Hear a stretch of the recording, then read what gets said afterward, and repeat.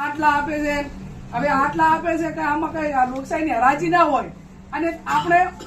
કોઈ પણ વ્યક્તિ હોય એ ચૂંટણા પછી એનું વેલ્યુએશન વધતું હોય તો એને સમજવું પડે કે આ પ્રજાએ મારા ઉપર ભરોસો મૂક્યો છે, કોઈ પક્ષે મારા ઉપર ભરોસો મૂક્યો છે અને લોકશાહીને જીવંત રાખવાની છે. ત્યારે આ પ્રકારના માણસો જયારે જવાબદારીપૂર્વક વર્તે અને પ્રજાનું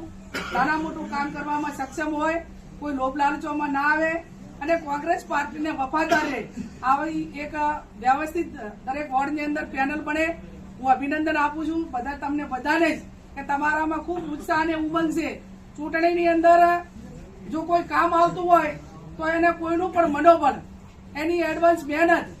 એની મતદારો ઉપરની ગેરંટી કે ભાઈ મારો કોર્પોરેટર કે મારો નગરપાલિકાનો સભ્ય